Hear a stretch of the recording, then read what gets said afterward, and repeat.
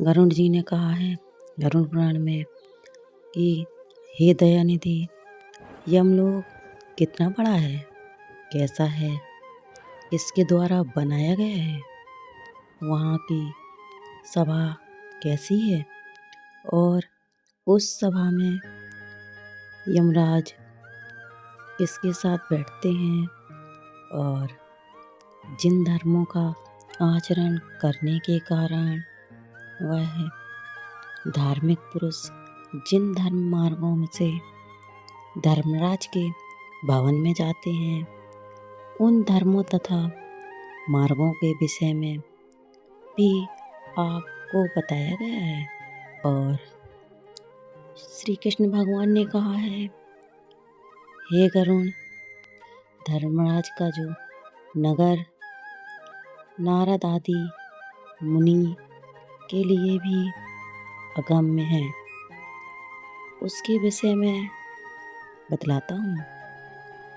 तो श्री कृष्ण कहते हैं, सुनो बस, उस दिव्य धर्म नगर को महापुण्य से ही प्राप्त किया जा सकता है।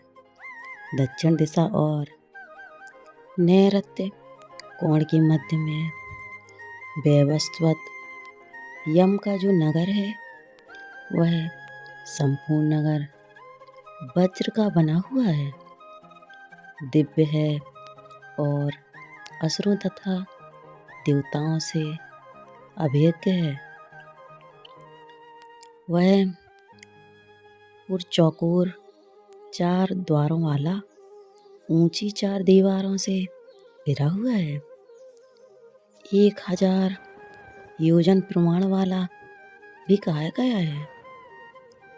उस पुर में चित्रगुप्त का सुंदर मंदिर है, जो 25 योजन लंबाई और चौड़ाई में फैला हुआ है।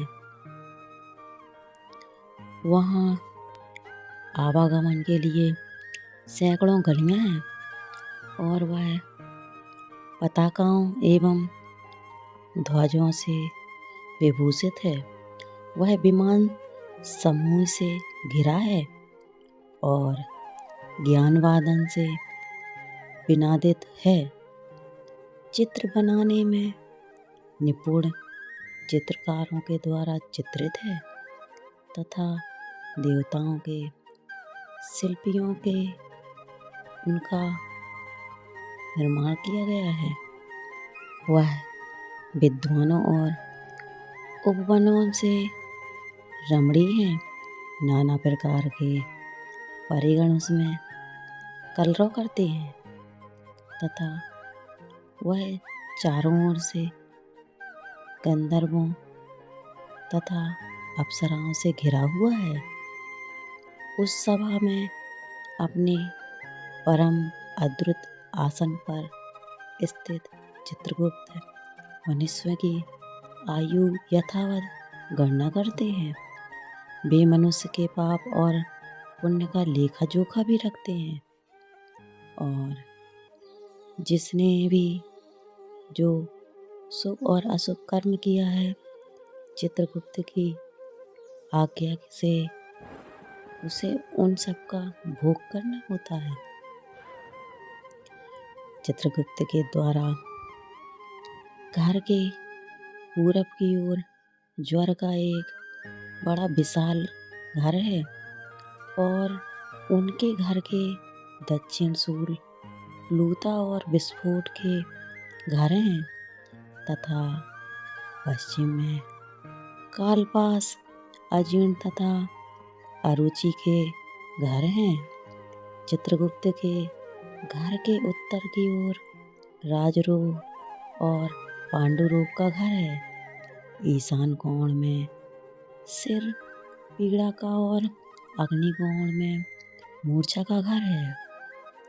नेतृत्व कोण में अतिसार का, वायव्य कोण में शीत और दाह का स्थान है। इस प्रकार और भी अनन्य व्याधियों में चित्रगुप्त का भवन घिरा हुआ है। चित्रगुप्त मनुष्यों के शुभारंभ कर्मों को लिखते हैं। चित्रगुप्त के भवन में 20 योजन आगे नगर के मध्य भाग में धर्मराज का महादिव्य भवन है। वह दिव्य रत्नमय तथा विद्युत की ज्वालमालाओं से युक्त और सूर्य के समान दैदीप्यमान है। वह 200 योजन चौड़ा, 200 योजन लंबा और 50 योजन ऊंचा है। 1000 स्तंभों पर धारण किया गया है। वैदिक मणि में मंडित है, स्वर्ण से अलंकृत है और अनेक प्रकार के हमरे धनिकों में भवन और प्रासाद गृह से परिपूर्ण है। वह भवन शरतकालीन मेघ के समान उज्जवल है और निर्मल स्वर्ण के बने हुए कलशों से अत्यंत मनोहर है। उसमें चित्र बहुरंगी हैं और स्फटिक से बनी हुई सीढ़ियाँ भी हैं और वह हीरे के फर्श में सुशोभित हैं। रोशनदानों में मोतियों के झालर टंगे हुए हैं।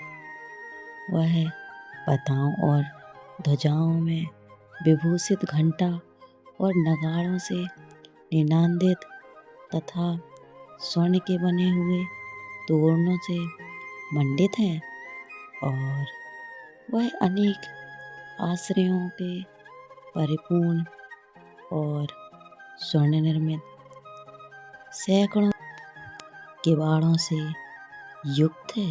कंठ कर रहित नाना वृक्ष लताओं एवं गुल्मों अर्थात झाड़ियों से सुशोभित है। इसी प्रकार अन्य भूषणों से भी भवन सदा भूषित रहता है। विश्वकर्मा ने अपने आत्मयोग के प्रभाव से उसका निर्माण किया है। उसमें धर्मराज के भवन में से 100 योजन लंबी चौड़ी दिव्य सभा है, जो सूर्य के समान प्रकाशित, चारों ओर से देदीप्यमान तथा इच्छा अनुसार स्वरूप धारण करने वाली है। वहाँ न अधिक ठंड है, न अधिक गर्मी है, न मन को अत्यंत हर्षित करने वाली है। उसमें रहने वाले किसी को न कोई शोक होता है, न वृद्धापन सताती है, न भूख प्यास लगती है और न किसी के साथ अप्रिय घटना ही होती है।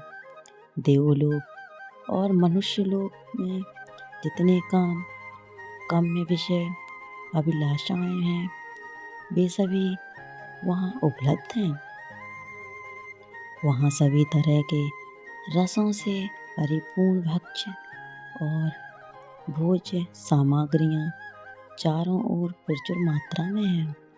वहाँ सरस शीतल तथा उष्ण जल भी उपलब्ध है। उसमें पुण्य में शब्दादि विषय भी उपलब्ध है और नित्य मनोवांछित फल प्रदान करने वाले कल्प वृक्ष भी वहाँ है। हे ताज, वह सभा वाद रहित है। वहाँ सभी प्रकार के रसों से परिपूर्ण भक्ष्य भोजन सामग्रियाँ चारों तरफ प्रचुर हैं। वहाँ सभी कामनाओं को परिपूर्ण करने वाली विश्वकर्मा ने दीर्घकाल तक तपस्या करके उसका निर्माण किया है। उसमें कठोर तपस्या करने वाले श्रुति सत्यवादी शांत सन्यासी सिद्ध एवं पवित्र कर्म करने वाले शुद्ध के लिए पुरुष जाते हैं। उन सभी की देह तेजो में होती है। वे आभूषणों से अलंकृत तथा निर्मल वस्त्रों से युक्त होते हैं। तथा अपने किए पुण्य कर्मों के कारण वहाँ विभूषित होकर विराजमान रहते हैं। 10 योजन विस्तीर्ण और सभी प्रकार के रत्नों से सुशोभित उस सभा में अनुपम एवं उत्तम आसन का धर्मराज का आसन विद्यमान है, जिसमें धर्मराज बैठते हैं। 10 योजन विस्तीर्ण और सभी प्रकार के रत्नों में सुशोभित है। उस सभा में अनुपम एवं उत्तम आसन विद्यमान है, जिसमें धर्मराज विद्यमान है और भी सभी प्रकार के अलंकारों में सम्मिलित तथा नीलमेघ के समान कांति वाले हैं। हाथ में चौवर धारण की हुई है। अप्सराएं उन्हें पंखा झालती रहती हैं और गंधर्वों के समूह में अप्सराओं का संग ज्ञान वादन और नृत्य द्वारा सभी ओर से उनकी सेवा करते हैं। हाथ में पास लिए हुए मृत्यु और बलवान काल तथा विचित्र आकृति वाले चित्रगुप्त एवं कृतांत के द्वारा वे सेवित हैं। हाथों में पास और दंड धारण करने वाले उग्र स्वभाव वाले, आज्ञा के अधीन आचरण वाले तथा अपने समान बल वाले नाना दूतों से वे धर्मराज से घिरे हुए हैं। हे खग, अग्निस्वात, सोमप, ऊष्मप, सौधावान, बहिर्सिद्ध, मूर्तिमान तथा अमूर्तिमान जो पितर हैं एवं आर्यमा आदि जो पितृगण हैं और जो अन्य मूर्तिमान पितर हैं, वे सब मुनियों के साथ धर्मराज की उपासना करते हैं। अन्य वशिष्ठ, पुलह, दक्ष, क्रतु, अंगिरा, जमदग्नि नंदन, परशुराम, भृगु, पुलरस्त्य, अगस्त्य, नारद ये तथा अन्य बहुत से पितृराज यानी कि धर्मराज के सभासद हैं, जिनके नामों और कर्मों का वर्णन नहीं किया जा सकता है। ये धर्म शास्त्रों की व्याख्या करके यथावत निर्णय करते हैं और ब्रह्मा की आज्ञा के अनुसार वे सब धर्मराज की सेवा करते हैं। उस सभा में सूर्य वंश के तथा चंद्र वंश के अन्य बहुत से धर्मात्मा राजा धर्मराज की सेवा करते हैं।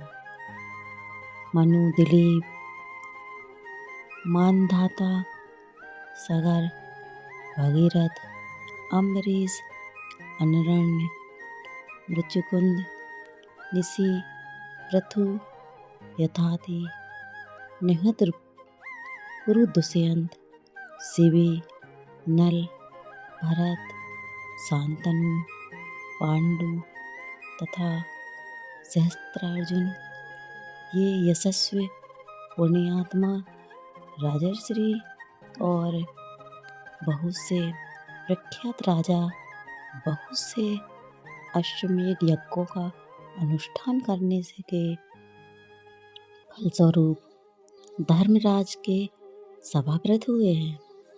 धर्मराज की सभा में धर्म की ही प्रवृत्ति होती है।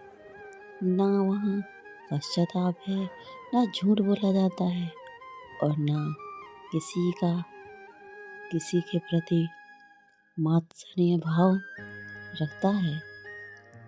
सभी सभासद शास्त्रविद और सभी कर्मपरायण हैं। वे सदा उस सभा में व्यवस्थित यम की उपासना करते हैं। हे तर्ज, महात्मा धर्मराज की वह सभा इस प्रकार की है, जो पापात्मा पुरुष दक्षिण द्वार में वहां जाते हैं, वे उस सभा की नहीं देख पाते। धर्मराज के पुर में जाने के लिए 4 मार्ग हैं। पापियों के गमन के लिए जो मार्ग है, उसके विषय में मैंने तुमसे पहले ही कह दिया है। पूर्वादि 3 मार्गों में जो धर्मराज के मंदिर में जाते हैं, वे सुकृति अर्थात पुण्यात्मा हो जाते हैं और अपने पुण्यों के बल से वहां जाते हैं। उनके विषय में सुनो। उन मार्गों में जो पहला पूर्व मार्ग है, वह सभी प्रकार की सामग्रियों से समन्वित है और परिजात वृक्ष की छाया से आच्छादित तथा रत्न मंडित है। वह मार्ग विमानों के समूहों से संकीर्ण और हंसों की पंक्ति से सुशोभित है। विद्वान के विद्वानों से व्याप्त है और अमृत में जल से युक्त है। उस मार्ग में पुण्यात्मा ब्रह्मर्षि और अम्लांत आत्मा राजर्षि अप्सरागण गंधर्व विद्याधर वासुकी आदि महान नाग जाते हैं। अन्य बहुत से देवताओं की आराधना करने वाले शिव भक्ति निष्ठ ग्रीष्म ऋतु में प्याऊ का दान करने वाले, मग में आग सेकने के लिए लकड़ी देने वाले, वर्षा ऋतु में विरक्त संतों को दान मान आदि प्रदान करके उन्हें विश्राम कराने वाले, दुखी मनुष्य को अमृत में वचनों में आश्वस्त करने वाले और आश्रय देने वाले, सत्य और धर्म में रहने वाले, क्रोध और लोभ से रहित, पिता माता में भक्ति रखने वाले, गुरु की शुश्रूषा में लगे रहने वाले, भूमि दान देने वाले, गृह दान देने वाले, गोदान देने वाले, विद्या प्रदान करने वाले, पुराण में वक्ता, श्रोता और पुराणों का पारायण करने वाले, ये सभी तथा अन्य पुण्यात्मा भी पूर्व द्वार में धर्मराज के नगर में प्रवेश करते हैं। वे सब सुशील और शुद्धि बुद्धि वाले धर्मराज की सभा में जाते हैं।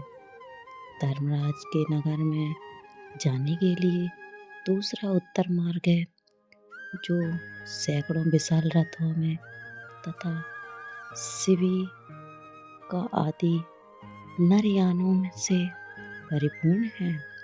वह हरि चंदन के वृक्षों से सुशोभित है। उस मार्ग में हंस और सारस व्याप्त हैं और चक्रावात से सुशोभित तथा अमृतुल्य जल में परिपूर्ण एक मनोहर सरोवर भी है। इस मार्ग में वैदिक अभ्यक्तों की पूजा करने वाले हैं। दुर्गा और सूर्य के भक्त पूर्व और तीर्थ स्थान करने वाले हैं। धर्म संग्राम में अथवा अनशन करके मृत्यु प्राप्त करने वाले हैं। वाराणसी में, गौशाला में अथवा तीर्थ जल में विधिवत प्राण त्याग करने वाले हैं। ब्राह्मणों और अपने स्वामी के कार्य में तथा तीर्थ क्षेत्र में मरने वाले और देव प्रतिमा आदि के विघ्न वंश होने से बचाने के प्रयास में प्राण त्याग करने वाले हैं। योगाभ्यास से प्राण त्याग करने वाले हैं।